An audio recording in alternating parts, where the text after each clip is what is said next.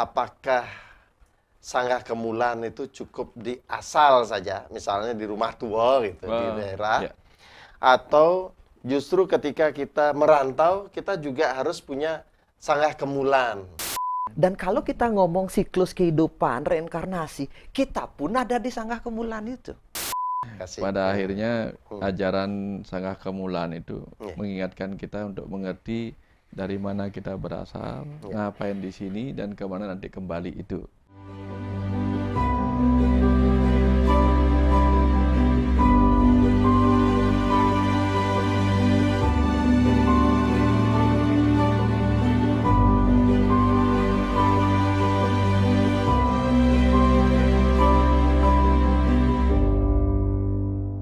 Salam rayu Pak Dokter, Pak Putu, udah lama nih nggak ketemu nih. Maro minggu. Pokoknya tetap di Kita itu ketemu setiap minggu, Pak Surya. Ya. Jadinya jangan lebay. Niki, napi maksud niki baju putih siki, barak siki, Islam siki. Iya kayak gitu niki. Nih memata dia. Sudah tridatu dari ini. Kalau ngomong Tridatu nanti Pak Putu yang banyak. Pak Dokter. Apa? Kalau merah Brahma, hitam Wisnu, putih Siwa. Betis, Titi, Perlina. Gitu. Dan sering disebut sebagai simbol dari asal kita. Gitu. Oke. Nah kalau asal nih, ngomongin asal nih Pak Dokter, Pak Putu. Ada perbincangan atau perbedaan pendapat terkait dengan apakah Sangga Kemulan itu cukup di asal saja, misalnya di rumah tua gitu, di daerah, atau justru ketika kita merantau, kita juga harus punya Sangga Kemulan. Nah, apa kaitannya dengan tadi, karena pertama sebut tentang Tridatu, ada kaitannya kah? Atau gimana nih? Nah, silakan Pak Dokter nih. Ya mungkin sebenarnya berkaitan dengan ini ya, jumlah orang gitu. Oke. Kan karena ada istilah begini Surya, kemulan-kemulan berkumpul menjadi Dewa Yang. Artinya apa? Setiap keluarga yang sudah punya Sangga Kemulan berkumpul-berkumpul, punyalah dia yang lebih besar namanya Dewa Yang. Tapi kalau keluarga itu cuma keluarga tunggal gitu misalnya, satu-satunya misalnya Pak Putu punya keluarga sendiri. Rumahnya dekat, misalnya jaraknya hanya 1 kilo dari rumah tua. Sementara di rumah tua tinggal hanya bapak ibu, punya 1 kemulan. Lalu Pak Putu punya tempat lagi, ngubu istilahnya zaman dulu, tinggal di tempat yang lain, jaraknya tidak jauh. Atau ngarangin gitu. Jadi punyalah dia kemulan lagi. Nah, kenapa tidak disarankan? Karena berat dua-duanya. Suatu ketika orang tua tidak sehat lagi, kan dua-duanya harus diempon gitu misalnya. Nah, itu kewajibannya double lah. Gitu. Tapi kalau yang punya anak lebih dari satu, yang di rumah sudah ada yang menggantikan bapaknya suatu ketika, apalagi kemudian Pak Putu misalnya antara Tabanan dengan di sini, ya akan jarang-jarang dapat ke rumah gitu misalnya, ya wajar-wajar saja membuat Sangga Kemulan. Yang tujuannya supaya kita tetap terhubung dengan leluhur kita. Apalagi memang misalnya nih suatu ketika Pak Putu membuat rumah kecil di Denpasar, aslinya di Tabanan gitu misalnya. Suatu ketika rumah itu akan bertambah besar, tambah luas gitu. Dan Pak Putu akan punya anak-anak banyak gitu misalnya kan. Tentu membutuhkan keluarga yang lebih besar lagi. Nah, itu fungsinya Sangga Kemulan. Nah, terkait dengan Sangga Kemulan ini kan ada 3 rong nih. Itu ada yang memaknai Brahma, Wisnu, Siwa, ada Ibunte, Bante, tengah-tengah, Sayang Bang kan gitu. Atau apa lagi juga ada pemaknaan lain. Macam-macam sih Pak Surya. Ada yang membuat Sangga Kemulannya cukup 1 rong ada dulu. Namanya Hyang Arda Nareswari atau Sang Yang Embang gitu. Ada yang membuat 2, Ibunte, Bapante. Ada yang membuat rong telu, dasar konsepnya adalah ajaran Empu Kuturan. Rong telu kemudian menjadi apa? Ibunte, Bapante, Ragante, tengah-tengah Ragante. Jadi ini ayah, ibu gitu konsepnya. Tapi kemudian ada juga yang menyatakan itu linggih Trimurti, Brahma, Wisnu, Siwa. Nah, datang ajaran Dang Hyang Nirata, dia menjadilah Padmasari di rumah atau Padmasana lah kalau yang lebih gede lagi.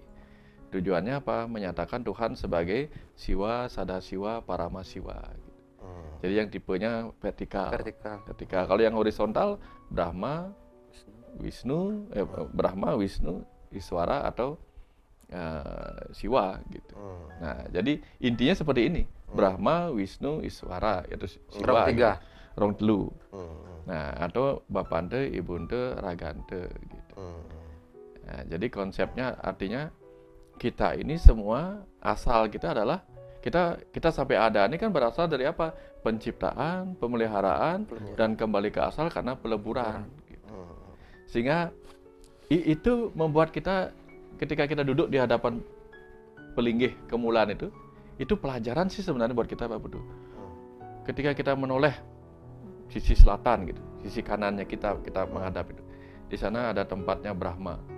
Brahma itu sang pencipta. Ketika kita menatap rong sebelah kanan yang rongnya Batara Brahma sebagai sang pencipta warna merah, maka yang kita ingat adalah apa? Aku ini diciptakan.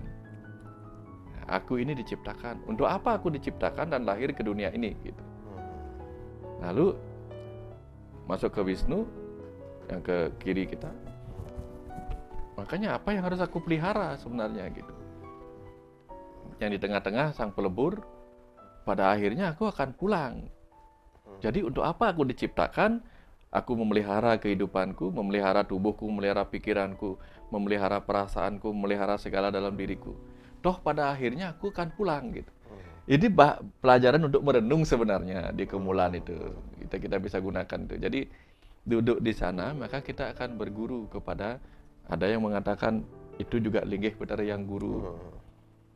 Tujuannya apa? Kita berguru kepada Sang Pencipta. Tuhan, kenapa kamu ciptakan aku dalam tubuh manusia? Bahan perenungan.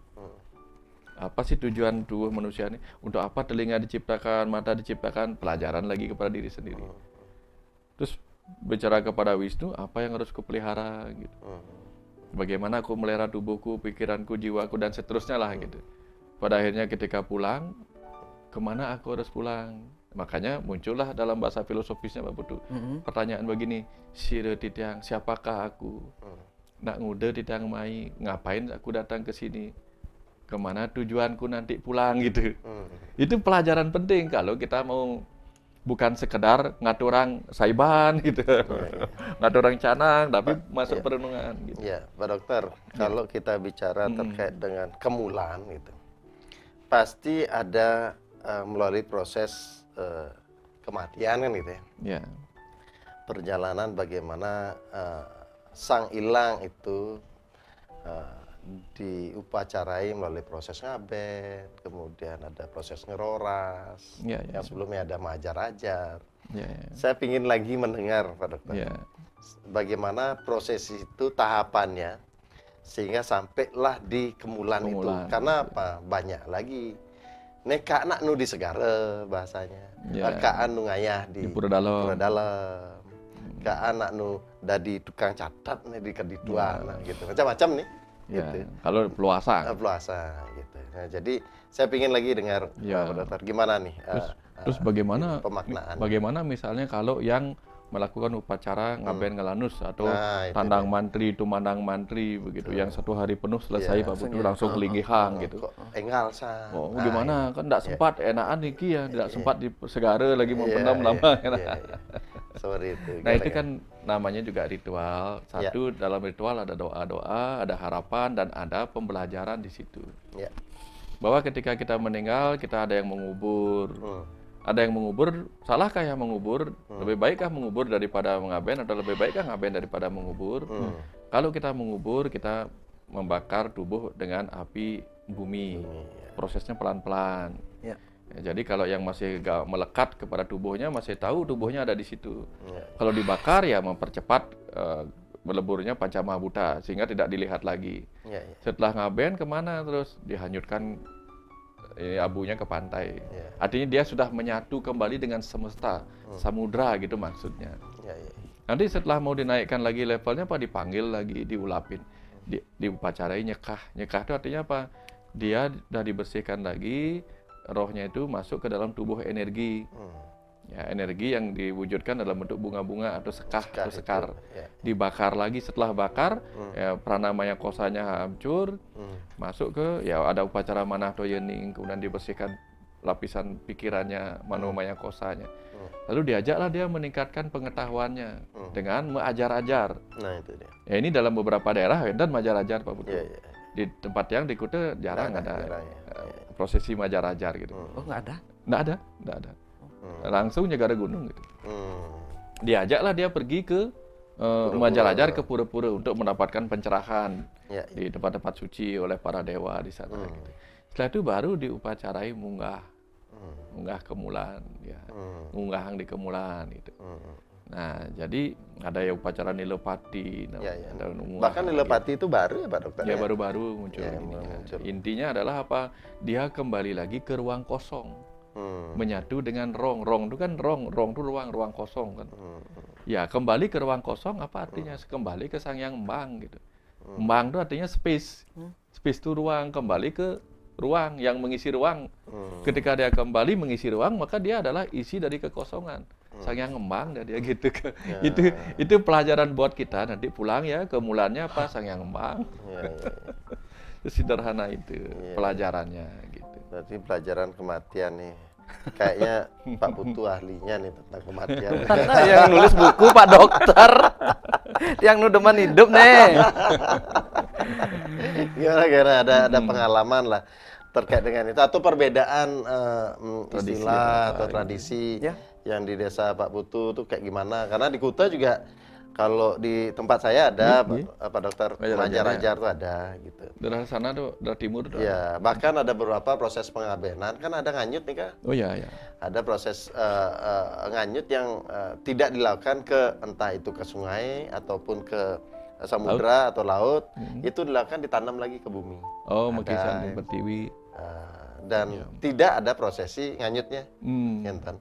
Langsung. Jadi begitu selesai pembakaran mayat, itu pengabenan langsung aja ditanam. Ya banyak hal yang berbeda sekalipun pemaknaannya pasti menyikapi sama kan begitu. Nah kira-kira di Pak Putu ada nggak perbedaan terkait dengan itu? Saya mungkin kalau masyarakat Bali terutama Hindu di Bali ya sudah ngerti lah apa makna dan fungsi sanggar kemulan kan. Cuma saya pengen cerita sedikit tentang waktu saya kuliah di Surabaya. Saya kan sering main ke basis-basis Hindu Jawa. Di itu tahun 2000-an lah, 1999. Dulu tempat sembahyang orang Jawa Hindu itu bukan Bali ya. Itu enggak pura namanya Pak Dokter. Seperti rumah-rumah kecil itu disebut dengan sanggar. Oh, sanggar. Sanggar namanya. Sanggar itu artinya tempat suci untuk mendekatkan diri dengan Tuhan. Itu sanggar.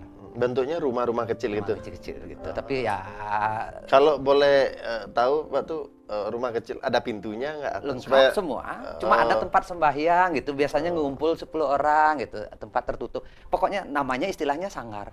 Sekarang pun sekarang pun Muslim bukan musola. Kadang-kadang kalau di kampung-kampung sholat dulu ke sanggar gitu. Sanggar itu artinya tempat suci. Baru.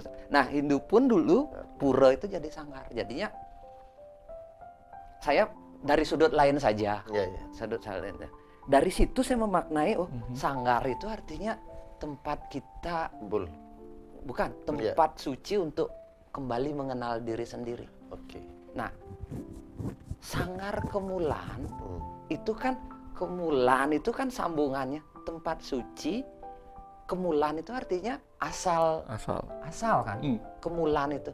Jadinya sanggar kemulan adalah tempat suci untuk kembali mengenal siapa kita, dari mana kita berasal, supaya balik dulu ke makna dasar dulu itu. Jadinya kalau kita ada di sanggar kemulan, berarti tujuan utama kita adalah mengenal jati diri kita sesungguhnya, di mana kita berasal dan mau kemana kita. Gitu. Nah, orang-orang yang sudah mendahului kita, anggaplah orang tua kita nanti, kakek nenek kita, ya Sang Yang Pitara semualah, para leluhur, mereka di Rong Tiga itu sudah mendahului kita sebagai leluhur, sebagai Sang Pitara gitu kan Pak Dokter. Jadinya mereka yang sudah ada di situ, jadinya disitulah tempat kita merenung kembali untuk mengenal siapa jati diri kita. Gitu, ring sanggar kemulan, sanggah kemulan, gitu. Entah nanti bagaimana ritual upacaranya supaya kita ada di Rong Tiga itu dengan berbagai ritual ngaben dan seterusnya, itu kan sudah teknis sekali. Tapi saya selalu di awal mendapatkan makna dulu gitu, maknanya. Jadinya seperti ya Faras itu menemukan kembali jati diri atau asal kita, yaitu tempatnya di mana? Di Sanggar Kemulan. Gitu. Seperti sebuah siklus kehidupan. Kita berasal dari samudra, kita akan kembali ke samudra. Ya, air di samudra kena sinar matahari menguap. Pergi dia ke daratan. Proses dingin turun jadi air hujan. Lewat sana sini, lewat sungai, akhirnya balik lagi ke samudra. Begitu juga saya berpikir ketika kita merenung itu proses kehidupan di Sanggar Kemulan. Ya kita ini sekarang lagi melalui di dunia ini apa yang sedang kita lakukan. Tapi ada waktunya kita duduk di Sanggar Kemulan untuk mengenal lagi dari mana kita berasal. Begitu. Jadinya itu yang dapat makna Sanggar Kemulan. Makanya tadi perlu nggak di rumah ada Sanggar Kemulan yang selalu berusaha kalau di mana saya tidur ada rumah, saya akan usahakan ada Sanggar Kemulan gitu supaya saya mengenal kembali, setidaknya ada waktu-waktu merenung untuk mengenal siapa diri kita. Di balik nanti dibuat repot dan sebagainya itu yang lepaskan dulu gitu loh. Nanti entah bagaimana tapi minimum yang dekat dengan Sanggar Kemulan. Sanggah tempat suci untuk mengenal dari mana kita berasal sehingga kita ada waktu untuk merenung kembali dalam hidup ini. Begitu Pak Surya. Berarti juga Pak Dokter ya, kenapa tetua-tua kita ketika kita punya permasalahan ya dalam hidup pasti ada permasalahan tertentu. Selalu sarannya adalah atur rencana ring kemulan gitu ya. Ngatur orang pejati ke Kemulan. Ingat tang dewek. Ingat siapa diri kita. Kadang-kadang ketika kita ingat sama diri, kita kan otomatis menemukan solusi, Pak Dokter. Iya kan? Dan kalau kita ngomong siklus kehidupan, reinkarnasi, kita pun ada di Sanggar Kemulan itu. Bener nggak? Kalau kita ngikutin siklus kehidupan, kita kan dulu pernah lahir, dan kita pernah mati, dan kita pernah ada di Kemulan itu, di Rong Tiga itu. Jadinya kita harus mengenal kembali Rong Tiga itu siapa diri kita sih. Kalau yang pribadi itu yang maknai di balik semua ritual dan upacara itu. Karena kan tugas utama kita kan menemukan siapa diri kita dalam hidup ini, yaitu Moksatam Jagat Hita itu tujuan utama dari agama Hindu. Seperti itu. Mungkin Pak Dokter bisa ngasih dari yang lain. Makanya kemudian yang lebih luas lagi itu dari Kemulan menjadi Kawitan gitu. Sama bahasanya. Wit gitu. Wit juga kan wit itu asal juga kan? Ya, makanya dari kata wit itu muncul kata wetan. Wetan itu timur. Timur itu Iswara. Jadi Iswara itu juga berkenaan dengan Siwa. Makanya di Rong Tlu ini ke tengah-tengah itu Iswara atau Siwa. Dalam ajaran Kenepat Dewa, yang di tengah-tengah itu Siwa. Itu diri kita, yang juga disebutnya Akasa. Nah, ketika Pertiwi apa Teja Bayu, Akasa di tengah-tengah, Siwa juga di tengah-tengah. Nah, artinya apa? Kita ini adalah ruang kosong, adalah Siwa juga gitu. Dalam ajaran itu mengingatkan ini loh kamu sebenarnya. Dulu kamu berasal dari Siwa, turun lagi. Makanya dalam ajaran Kemulan itu Ibunte, Bapante, Ragante tengah-tengah. Jadi, Ragante itu adalah Siwa yang sedang turun percikannya dalam petik percikannya ke dalam tubuh manusia. Jadi ketika kita ada masalah dalam kehidupan ini, sadar diri kita adalah Siwa, percikannya gitu. Harusnya kan kita bisa menyelesaikan masalah kita sendiri gitu. Betul. Dengan cara menjadi siwa, yaitu apa? Sang pelebur. Apa yang harus kita lebur? Ya. Kan yang kotor-kotor harus kita lebur. Pikiran kotor, yang jelek-jelek lah kita lebur. Sayangnya kita tidak sadar diri kita sebagai sang pelebur, percikan. Sehingga malah kita menjadi Wisnu, memelihara hal-hal yang sudah buruk. Ya, harusnya sebagai Wisnu yang kita pelihara yang baik-baik. Yang buruk-buruk kita lebur dalam diri lah, dalam diri kita. Nah, kalau kita salah memaknai diri kita itu ya kacaunya di situ. Yang baiknya dilebur, yang jahatnya dipelihara.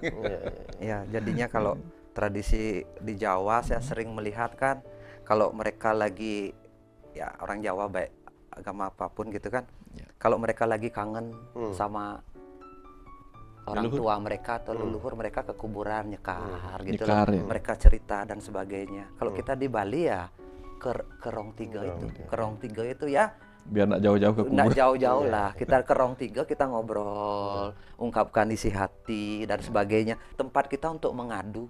Rong Tiga itu. Dan kita sudah tahu siapapun di garis keturunan kita, leluhur kita ada di situ.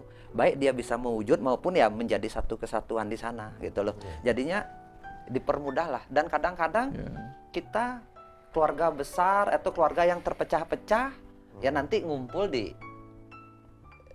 Sanggar Kemulan atau yang lebih tinggi lagi Kawitan atau apa kan, ngumpul bareng, sembahyang bareng ya. Itu akhirnya menjadi tempat kita untuk bersatu dan berkumpul. Coba kalau sudah renungkan lagi, kalau Pak Putu renungkan lagi itu. Ketika kita bikin Rong Telu, kan kita bikin kotak yang masuk.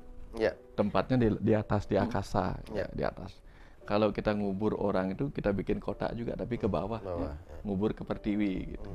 Jadi daripada kita terus ke kuburan itu makanya mungkin konsep itu kita bikin kuburan juga, tanda petik kuburan rohnya di sini, itu kuburan mayatnya, jasadnya, ini kuburan rohnya ya itu di ruang kotak juga di situ. Karena konsep kita dibakar kan, tidak ada tempat, sudah melebur dengan alam kan, makanya dibuatkan Kemulan itu. Dan bagus juga tempatnya di Sangah, sekalian kita merenung dari mana kita berasal, dan suatu saat kita juga akan ada di sana. Dan sudah sering kita ada di sana karena proses reinkarnasi itu. Nah, ini kita pun juga akan ada di sana gitu. Nah, ini yang sering menjadi pertanyaan. Di sebelah rumah kan ada semeton keluarga itu. Dua-duanya semuanya keluarga Jepang gitu. Tentu mereka enggak punya kawitan, enggak punya versi Bali. Kemudian Sanggar Kemulan juga nggak punya. Terus bagaimana itu? Di mana mereka akan melinggih nanti kan gitu? Kalau mereka akhirnya suatu ketika akan ada upacara ngaben gitu, suatu ketika kan. Nah, bagaimana menyikapinya gitu? Nah, gimana? Apakah mereka perlu membuat Sanggar Kemulan gitu? Kalau membuat Sanggar Kemulan, di mana nunas itu kawitan gitu belum ada. Itu jadi kawitan langsung kan? Ya, jadi tinggal sederhana aja. Itulah disebut dengan ngardi. Gitu. Ngardi itu jadi baru membuat untuk pertama kalinya bisa. Gitu. Jadi boleh. Jadi kawitannya siapa ya? Brahma Wisnu Siwa kawitannya. Kawitan yang paling belum ada leluhur yang melinggih. Paling tinggi diambil. Ya, belum ada yang melinggih di sana gitu. Nanti kapan sudah ada melinggih? Ya ini gitu. Ya, sesimpel itu. Iya. Kalau menurut saya sih mengenai Sanggar Kemulan ini jangan dipertentangkan, jangan diperumit. Temukan makna dasarnya dan kita menemukan supaya kita mengenal lebih dekat dengan leluhur dan mengenal jati diri. Lebih ke sana sih kalau saya biasanya. Karena banyak jenis ya ada Rong 3, ada yang Rong 2, banyak sekali persepsi karena banyak lontar-lontar yang muncul dengan berbeda waktu kan, waktunya berbeda, terus yang membawa juga berbeda. Terus sekarang berubah kadang-kadang jadi Padmasana sudah menggantikan gitu.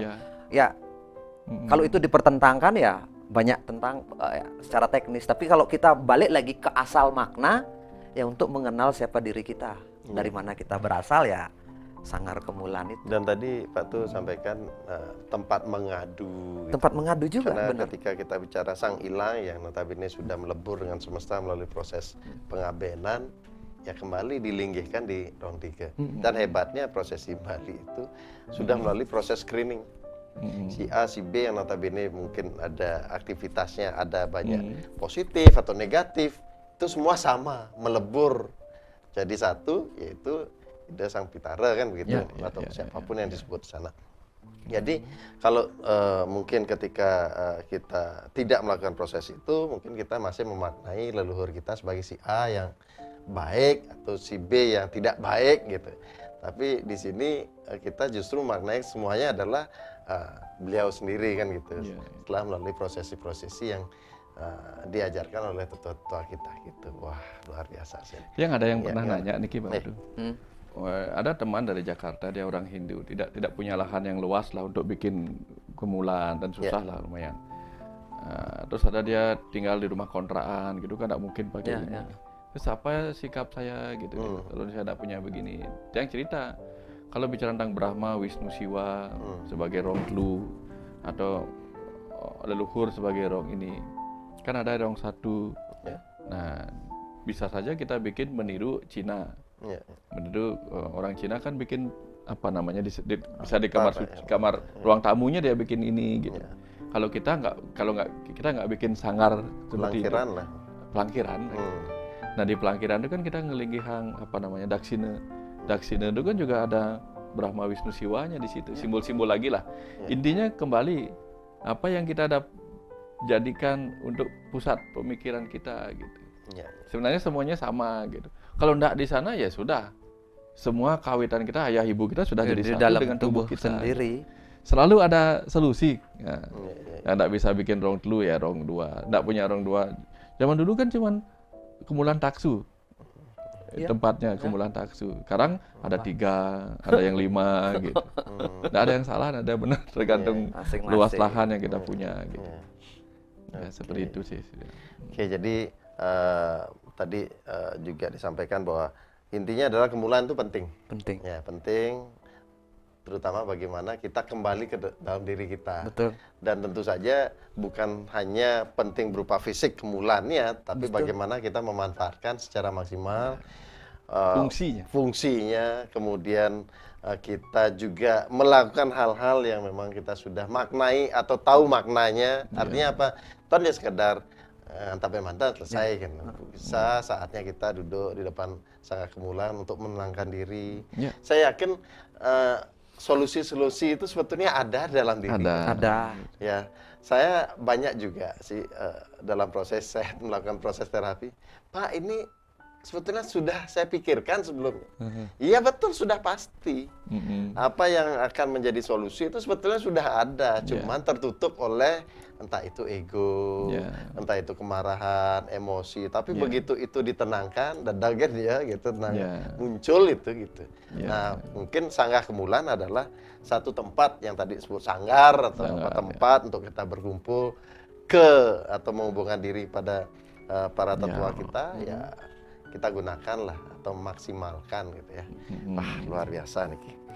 Wah, penutup Pak Dokter, apa Niki? Nah, kasih. Pada akhirnya ajaran sangga kemulan itu mengingatkan kita untuk mengerti dari mana kita berasal, ngapain di sini dan kemana nanti kembali itu. Itu sih putaran itu, putaran siklus itu yang perlu kita renungkan bersama, sehingga kalau kita sudah sadar kita datang dari mana, di sini ngapain, dan kemana kita akan kembali, di situ disadarkan kita bahwa keberadaan kita di sini bukanlah keberadaan yang abadi, keberadaan yang hanya sifatnya sementara. Dengan segala apa yang kita miliki, semua sifatnya hanya sementara. Pada akhirnya kita akan kembali kepada kekosongan itu. Itu pengingat-pengingat kita. Mau kita mengalami suka duka kehidupan ini, mau 90% penuh dengan sukacita, 10%-nya duka cita gitu misalnya, pulang. Mau kita dulu penjahat, mau dulu kita orang baik, pulang. Jadi kemulan itu mengingatkan kita untuk apa? Pulanglah dengan baik-baik. Gitu. Pulanglah dengan baik-baik. Jangan pulang dengan kemarahan, pulanglah dengan gembira gitu. Karena namanya pulang kan harusnya gembira gitu. Ya, mungkin saya tambahkan sedikit terkait dengan itu. Saya sangat setuju Pak Dokter. Saya tiba-tiba teringat dengan 3 kecerdasan itu. Jadi kecerdasan intelektual, emosional, dan spiritual. Dulu saya pikir, dulu gitu. Saya pikir spiritual tuh kayak suatu yang jauh di sana. Ya. Serem-serem. Dan kita sudah ketahui bahwa yang menentukan bagaimana keselarasan hidup, kebahagiaan, kesuksesan adalah kecerdasan spiritual itu sendiri. Intelektual ada di bawah, kemudian emosional di atas itu, dan ini melalui proses penelitian dan kemudian spiritual, kecerdasan spiritual. Ternyata kecerdasan spiritual itu hal yang sederhana. Bagaimana punya kesadaran apa yang kita lakukan melalui apa? Proses perenungan simpel tadi gitu. Jadi kalimat Pak Dokter yang selalu terngiang gitu ya. Aloh aleh gitu. Daulah aloh gitu ya. Daulah aloh. Ya, jadi ada sesuatu yang simpel, daelah gitu. Ada aleh-aleh. Ada aleh-aleh itu kenapa? Jangan nyari masalah. Ya. Ada aleh-aleh. Ya, ada aleh-aleh gitu ya. Jadi artinya apa? Ketika kita mendapatkan satu hal yang sebetulnya simpel, ya kita daulah, kita hanya melakukan prosesnya, mengikuti itu, dan akhirnya ketemu dengan solusi-solusi itu sendiri, dan kita selaras dengan kehidupan, kan itu tujuannya. Tapi kadang-kadang kita mencari sesuatu yang rumit-rumit, dan akhirnya memperrumit lagi setelah situasi kehidupan gitu. kita rumitkan sendiri. Akhirnya kita sibuk sendiri untuk membereskan kerumitan yang kita ciptakan sendiri. Luar biasa. Semua niki Pak Dokter, pokoknya kita ngalih nih aloh-aloh kan. Pang juga hidupnya pangelah kita. Kan banyak orang kalau mau hidupnya gampang, belanja-belanja cari yang mudah. Jadi dalam hidup pun kita harus cari yang mudah. Yang mudah-mudah kan. Yang mudah-mudah kan. Halo. Sesuai Pak Betul, Pak Dokter. Terima kasih. Pokoknya tetap di Demi Tasken.